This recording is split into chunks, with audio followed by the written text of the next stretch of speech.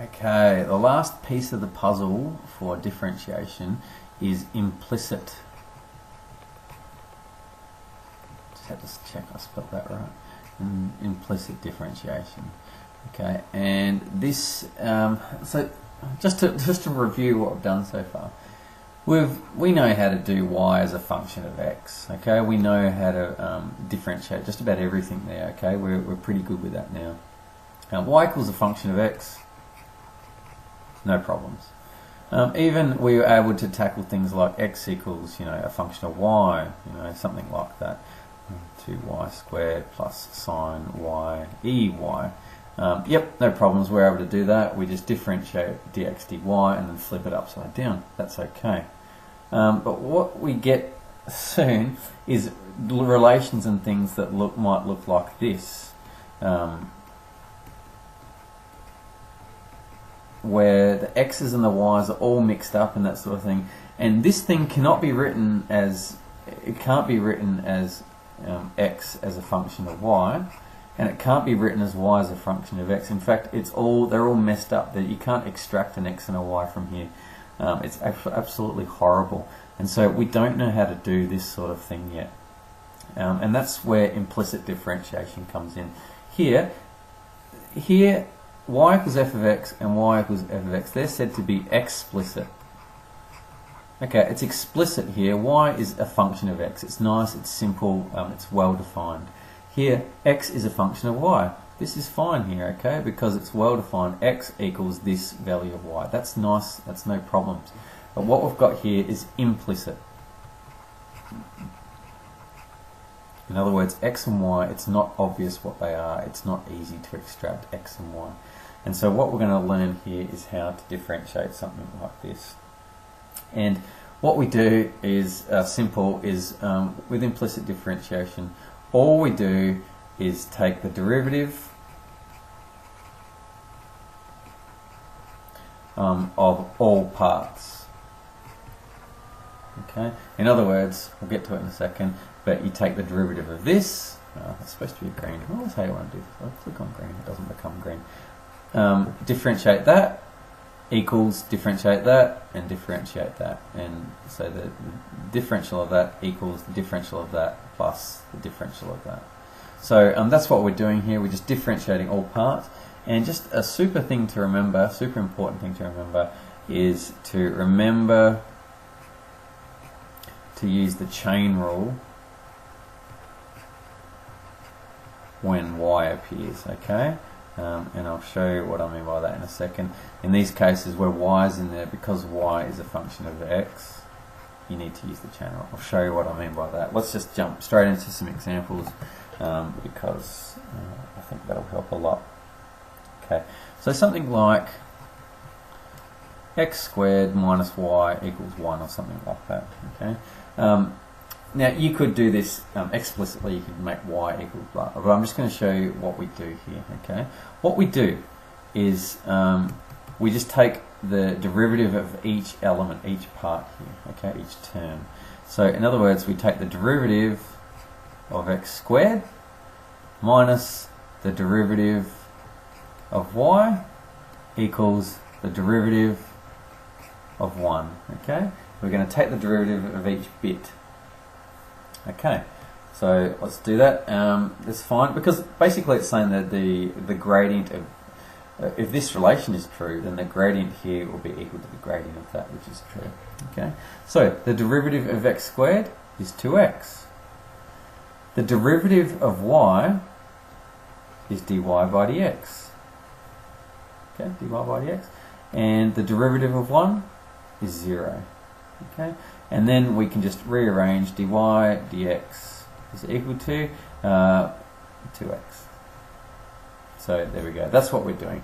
Now this is a very, very simplified example just to show you what happens. Let's get on to something a bit more complicated, because that's why we're doing this. Let's have a look at a different example. Let's do just x squared y equals 1. What we want to do is find dy by dx. Now in this case, again, you could sort of separate things. So I'll build up to it. You could write y equals 1 over x squared and work that out.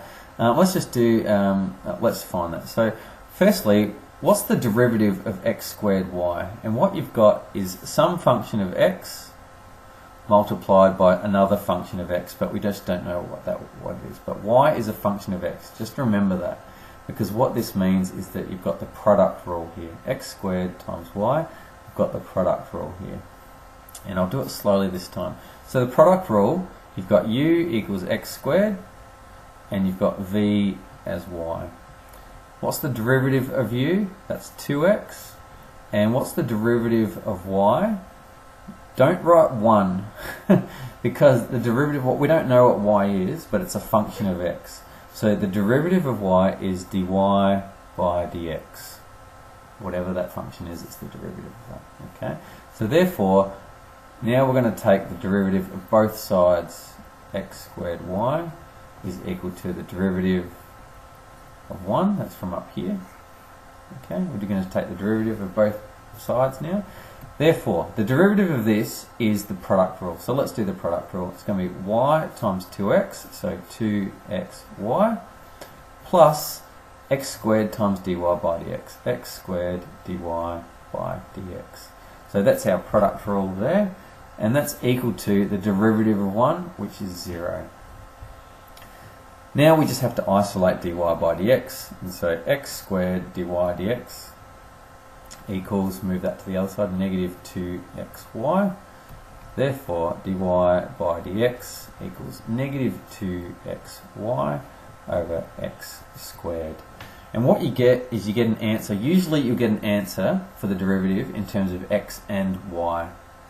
And so then if you're trying to find the derivative at a point, x equals 1 or something, you need to know the y value as well to be able to find what the slope of this relation is at that single point. So there we go. That's a slightly more complicated one. Let's do a quite complicated one to sort of fully understand. So let's do what have we got? X squared minus xy plus y squared equals 1. Okay. Let's find the derivative of this guy, dy by dx. Okay, let's take the derivative of each part. So therefore, d dx, the derivative with respect to x of x squared, minus the derivative with respect to x of xy, plus the derivative with respect to x of y squared, equals the derivative. Now, you're not going to do this every time, okay? I'm just doing it. This is probably the last time I'll do it. Right, the derivative of x squared, 2x. The derivative of xy, so this is the product rule. I'm going to do it quickly this time. It's going to be minus x times the derivative of y. The derivative of y is dy by dx. I'll put this in a bracket. Don't want to mess this up. And product rule plus the derivative of x, which is 1, times y, which is 1. Okay? So that's just the product rule done quickly. Okay? X times the derivative of y plus the derivative of x times y. Okay, good. Plus, be careful here. Now, this is the derivative with respect to x of y squared. Now, do not just say 2y. That is not right. Remember, y is a function of x. If you have some function of x and that is squared, what's the derivative of that? The derivative of that will be 2. This is the chain rule now. 2 comes down the front. We leave the f of x, that gets reduced by a power of 1 to the power of 1, and then we times that by the derivative of what's in there. So just be really careful here. Y is a function of x. This is not the derivative with respect to y, it's the derivative with respect to x, and y is a function of x. So it's a function inside a function. You must understand this. So that's equal to, the 2 comes down the front. We leave the function of x written inside as it is, and it's to the power 1 now, so I'll just write like that just in case, and then multiply it by the derivative of what's inside. What's the derivative of y? Is dy by dx. That's the derivative of y with respect to x. Good. Equals the derivative of 1 is 0. Alright, let's clean this up. We've got 2x minus x dy dx minus y plus 2y dy dx equals 0. And now I'm just going to clean this up. I just want solving for y now. So dy dx, you always do this, dy dx, take out things in front of dy dx, negative x plus 2y equals, and I'm going to move negative 2x there and negative 2y there. Oh, whoops, pardon me. That should be plus y. Okay, sorry, I was looking at the wrong part. And so therefore, dy dx equals that divided by that. So negative 2x plus y over negative x plus 2y. And that's your answer. Okay. So the key ingredients here, the key things to remember are derivatives of x, no problems, you're good at that. That's easy. When you've got x times y or things that, remember to use product rule there.